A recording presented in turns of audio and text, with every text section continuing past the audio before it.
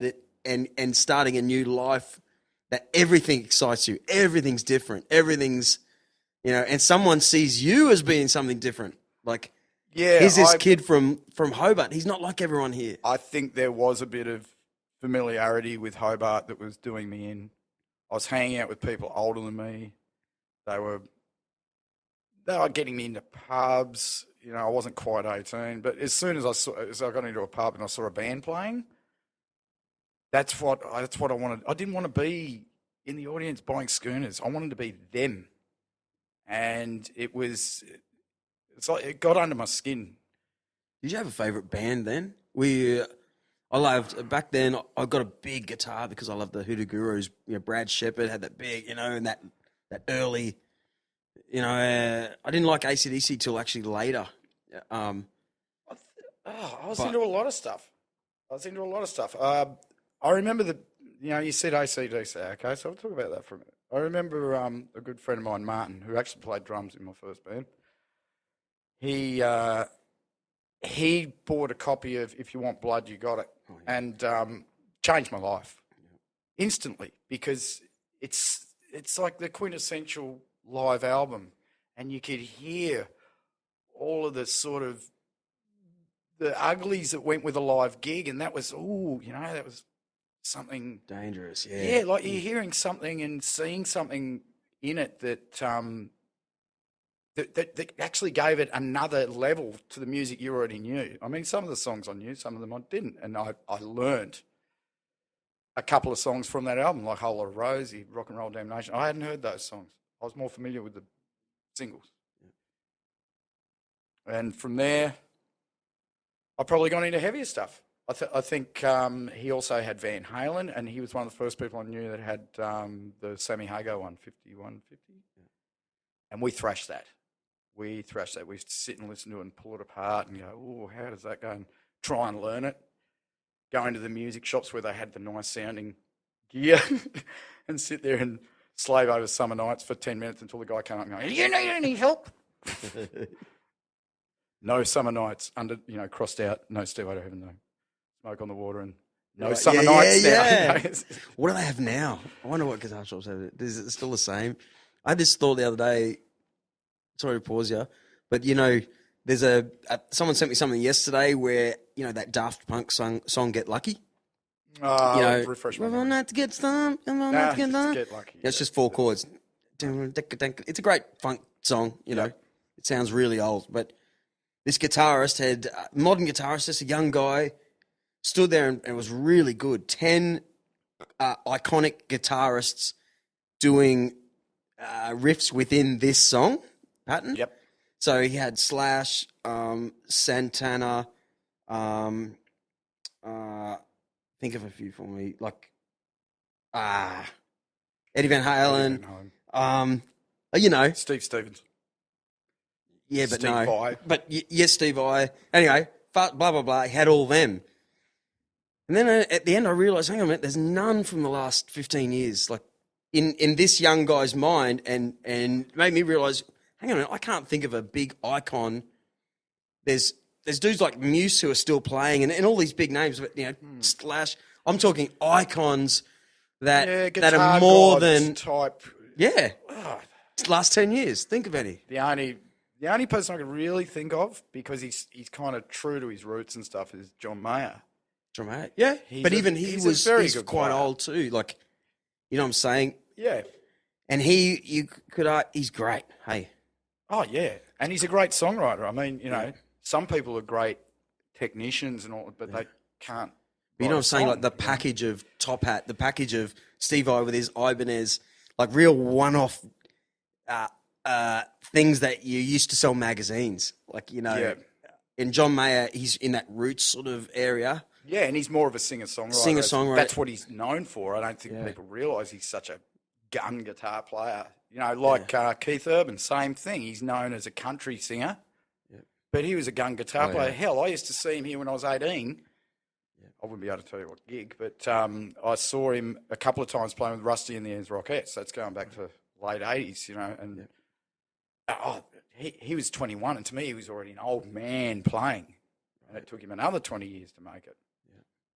And God bless him for doing so. Yeah. I know a crazy story about him, but I won't say it. There's an old manager. There's a big Facebook group. Oh, really? Yeah. I won't say it here. But there's a lot of support for his original manager, who you'd probably know. Oh. Greg Shaw. I'm going to say it because it's massive news. I won't say the full story, but if you want to look up the story of Greg Shaw. The grotty underbelly of the business. Yeah, exactly. But anyway. But, all right, so now you're in Brisbane. Now I was in Brisbane, auditioning on the coast, and the bass player from the band with the singer that left with wedges, there's our first verse, you see. He realised that I wanted to move out of home, and he said, we could get a band going without this guy. He goes, I know a couple of people. Do you want to move in with me? I've got a room free, $50 a week rent. And I was there, and before I knew it, I'd left home. It was a kind of a sidestep. What part of Brizzy? Because I'm from Brizzy. I was living in Rocklea. Oh, yeah? I went to Downtown Rochdale High Rocklea. School, so I wasn't too far. Yeah. Went on the train and saw the expo. Yes. Funny story. I walked straight past the poor boys. We were like ships passing. I didn't realise until I'd met them and knew them for a while that it was them. But I remember walking past them and seeing that they were a crew and not really knowing they were a band. But I thought, geez, they look like a bit of a crew. Right. Bunch of hoods, Yeah. hoodlums. And yeah, I remember seeing Skeeny specifically walking past me at Expo, and we So talked they were- about it and we worked out that it was when they were there. Yeah. So they were just mates then, or were they jamming mates, or were they already a band? They were an established band. With a different guitar player. Yeah, their guitar didn't know player that. left them mid-tour. Pussy. I won't name names. But they were high and dry. So when they auditioned me, it was like they stopped me mid-audition because they had to say it. They didn't have time. You know what I mean? We literally walked out of the rehearsal studio, got drunk, and then got in the car and went to Dubbo for the first gig. Wow. Yeah. Actually, beg your pardon. Backtrack a bit. We played the Playroom with High Voltage, an AC/DC Oh, yeah, I remember concert that. band. Yep. And John Rogers, actually, the singer, got me the gig in the Poor Boys. He rang me up. I'd never met him, never spoken to him. And he rang me up. He got my number through, I don't know who, maybe Dean from the studio. And he said, is that Julian? He goes, are you interested in playing in a band called the Poor Boys? And I said, I like Creedence, but not that much. Yeah. And he goes, no, they're not a Creedence, because everything was a concept band. So I hear Poor Boys, and I thought Willie and the Poor Boys. And he said, no, they're just a straight up rock band. He said, you interested? I went, oh, absolutely. And the audition lasted about 10 seconds, and then we went and drank copious amounts of Jack Daniels. Damn. Skeeny found my wallet on the floor. He thought, I've scored. And then he saw it was mine. Oh, it's the new guitarist. I'll Like just take he's- 20. Yeah, like there was that much in there. 20, that was when a 20-cent piece was a note. Yeah. Far out. So those boys came from Brisbane, from Darwin. Is that right? No, none of them do. Ah. Actually, the drummer, I think the drummer was a native Darwinite. Skeeny was from Torquay, Victoria, and Matt was from Penrith. Right. I think you pronounce it Penrith. Penriths Penrith. with an ST at the end. All right. All right. A lot of gaps in this band. All right. Okay. All right. So they met somehow. All right. Yeah, well, their families moved Yeah. to Darwin, and Ah, they all met at school. in Darwin. Yes. I get you. Okay. So the band was the basis of the band was from. All right. I didn't get that. Yeah, I they picked that were up. doing what I was doing, but at the other end of the country. Okay. And they are a bit more serious, and they could get the work. That was the thing. Right. Mate, I remember when I first heard about the Poor Boys, that was the thing. They were from Darwin, which, you would appreciate things that tick boxes for you. Mm-hmm. If you were to say there was some band from, I don't know, Darwin, right? That means they're a bit tougher. You know, the things are different there. Things are different, flat out, and you kind of have the attraction to want to see what it's all about. It's not like, oh, there's another Sydney band. Yeah, well, I got the culture shock of my life because I'd gigged with the band, but not in Darwin. So I was actually a bit tour toughened by the time we got to Darwin, and thank something for that, because I realised as soon as I got on stage up there, I hadn't been born yet. You know, there was a lot more goings on with their audience. You would only been young then. They would only been I young. was 18.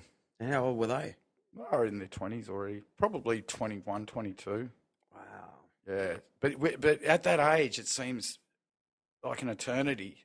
Though I hadn't really been to a pub. I remember one of the first gigs we did in Dubbo. I walked out to get cigarettes or something, and when I came back to the venue, I got asked for ID, and I didn't have any. And the only way I got in is because I was pointing at the stage. They were already up to play. And I said, I'm in that band. Ask them. But, the guy said, there's no way you're 18. You're not getting in here. Excellent. Baby face I was. Now, why were they so successful in Darwin? What would you put it down to? I would put it down to a great frontman. You know, there's something about Skeeny. You know, I think I've seen him a million times on the Gold Coast in trades, like just normal work. I've bumped into him so many times. Yep. He's kind of like an unreachable, charismatic dude that I don't want to be weird at all, but he has something about him. Clearly, he's been on a lot of stages. I know that, but there's like this dude, like who, you know, he stands out in a room. You know, that's right. I mean, you can call it charisma, X factor. I know exactly what you're saying, and once you wade through all that, you find out he's just a regular schmo like the rest of us. Don't ruin it, man. Don't ruin the magic, bro. I love him. He's my brother. You know, that's what we always say, is that we've spent that long together in close proximity that we are like brothers. I mean, I'm probably wearing something of his. His underwear. Not today. Whoa, dude. Not today. He might need them, so I probably should give them back. Yeah. You know what I listened to on the way here? What's that? One of the greatest riffs ever. I'm going to bore you. Did you write the riff to More Wine Waiter, please? Okay. Do you want the long version or the short version? Long version. Okay. Skeeny, we'd been writing a fair bit in Darwin. And Skeeny said, I got this idea I want a hand with. And before you knew it, we'd stopped working on it. He had a bit of the verse, which was kind of cool. And we worked out that it had to have a riff against the vocal. But when we got to Sydney, we had a brand new drummer and everything went back to square one. So working on this stuff took a while. So More Wine got put on the back burner for a while. And then once we'd worked through a few ideas, we got to it and it became very obvious that it needed a signature riff. So the guys are sort of looking at me and everyone's throwing around a doobie-doobie-dabba-dabba. Everyone has their own idea. And I said, guys, just go and have a drink, a smoke, a piss, whatever, and leave me for 5 minutes. And I flapped the amplifier and I stood in front of it and I just started playing the verse riff until it was just ringing in my ears. And because it's like is it syncopated? Like, well, there was something about the melody in the chorus, which we already had, where he said, knock me off my feet. And that was ringing, that was going around and I went, da-da-da-da-da-da-da-da-da. Yeah. And I said, how do you play that? And I went, da-da-da-da-da. And I realised it needed an extra tag. So I went to the G, da-da-da-da. And that was it. I called him, I went, get back in here, get in. They thought I was insane. They went, there's no way he's come up with something. But that was literally like that. That's how it happened. And before you knew it, the song was done. And you know you got something. Because you walk up to the guy that's running the rehearsal studio and he goes, that's a good song, that one. Yeah. Who's never said even hello to you. Right. He says, grunt, give me the money, you know. Yeah. Sorry, Joe. Joe Breen, he's a beautiful man. Got to know him a bit better after that. I remember I read a thing in Rolling Stone where Butch Vig, when he recorded Nirvana, and he just thought these dudes were like smelly dudes. You couldn't, you know, here comes another band that had some bit of money from a record company.